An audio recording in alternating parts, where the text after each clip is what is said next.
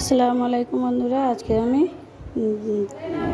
একটা নতুন রেসিপি নিয়ে আপনাদের সামনে হাজির হয়েছি। এটা হচ্ছে মাছের ডিম।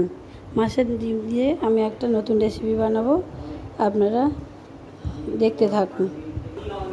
এটা আমি মাছের ডিমটা ধুয়ে নিয়ে চলে এসেছি। মাছের ডিমটা ধুয়ে নিয়ে এসেছি। এইবার আমি এই মাছের ডিমটা গরম জলে একটু হালকা করে গরম জলে ফুটিয়ে নেব। গরম জলে আমি কড়াতে গরম জল করতে দিয়েছি। জলটা ফুটে উঠলে আমি ডিমটাকে ছেড়ে দেব। বন্ধুরা, পানিটা আমার ফুটে এসছে। এই পানি ফুটে এসে আমি এই জল ফোটানো পানিতে একটু ডিমটা দিয়ে ভালো করে ফুটিয়ে নেব। একবার খুব বেশি সিদ্ধ করব না, অল্প হালকা সিদ্ধ করে নেব। একটু হালকা সিদ্ধ করে আমি এটা তুলে নেব। হ্যাঁ বন্ধুরা, আমার এটা সিদ্ধ হয়ে গেছে। আমি এটা জল ঝরিয়ে তুলে নিচ্ছি। এটা কড়া থেকে তুলে নিলাম। বন্ধুরা, আমি এবার একে একে সব মশলা দিয়ে দেব। আমি ডিমটা সিদ্ধ করে নিয়ে চলে এসেছি। এটা একটু ভালো করে মাখিয়ে নেব। ডিমটা একটু কাঁচা কাঁচা থাকবে, ডিমটা যেন না পুরোটাই সিদ্ধ হয়ে গেলে আবার ভালো লাগবে না। এটা পুরো সিদ্ধ করা যাবে না, একটু হাফ কাঁচা থাকবে, হাফ সিদ্ধ হবে, এরকম সিদ্ধ কাঁচা কাঁচা। বন্ধুরা, এটা আমার মাখানো হয়ে গেছে। এবার পেঁয়াজ কুচি দিয়ে দেব, ধনে পাতা কুচি, কাঁচা লঙ্কা কুচি আর টমেটো কুচি। এইগুলো দিয়ে আমি লবণও দিয়ে দিয়েছি প্রথম। আদা 2 চামচ মতো আদা রসুন পেস্ট দিলাম। গরম মশলা, একটু মাছের মশলা, এটা মাছের স্পেশাল মশলা, একটু হলুদ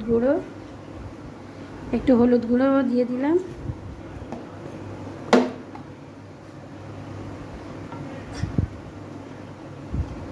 একটু লঙ্কা গুঁড়ো দিয়ে দিলাম।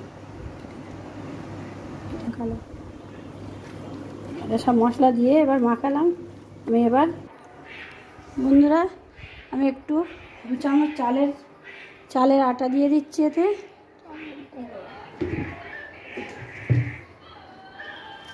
বেসন দিয়ে দেব। বেসনটা 2 চামচ দিয়ে দেব। আর বন্ধুরা, একটা ডিম ভেঙে আমি দিয়ে দিলাম। দিয়ে এবার একটু ভালো করে মাখিয়ে নেব। মাখিয়ে এবার আমি তেলটা গরম করতে দিয়েছি। আমি একটু করে তেলেতে ছেড়ে দেব। খুব বেশি তেল দেওয়ার দরকার নেই, অল্প তেল দিলেও হবে। এটা অল্প তেলে ভেজে নিলে হবে। আমি একটু সুন্দর করে ভেজে নেব, বড়ার আকারে ভেজে নেব। বন্ধুরা, আমার সবগুলো ভাজা হয়ে গেছে।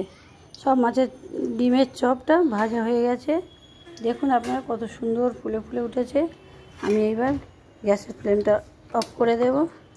এই সবগুলো আমি তুলে নিয়েছি একে একে।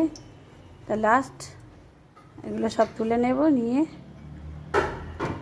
আপনাদের দেখাচ্ছি কত সুন্দর ফুলে ডবল হয়েছে।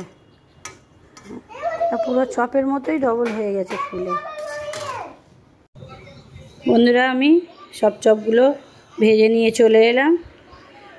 মাছের ডিমের চপ এত সুন্দর হয়, আপনারা না খেলে বুঝতে পারবেন না। একবার এরকমভাবে আমি যেমন করেছি সেরকমভাবে একবার আপনারা করে খেয়ে দেখবেন। এটা একটা অন্য রকম চপ। আপনারা খেয়ে দেখে কমেন্ট করে বলবেন কেমন হলো। আমার এই রেসিপিটা যদি ভালো লেগে থাকে আপনারা লাইক কমেন্ট শেয়ার করবেন। আসসালামু আলাইকুম।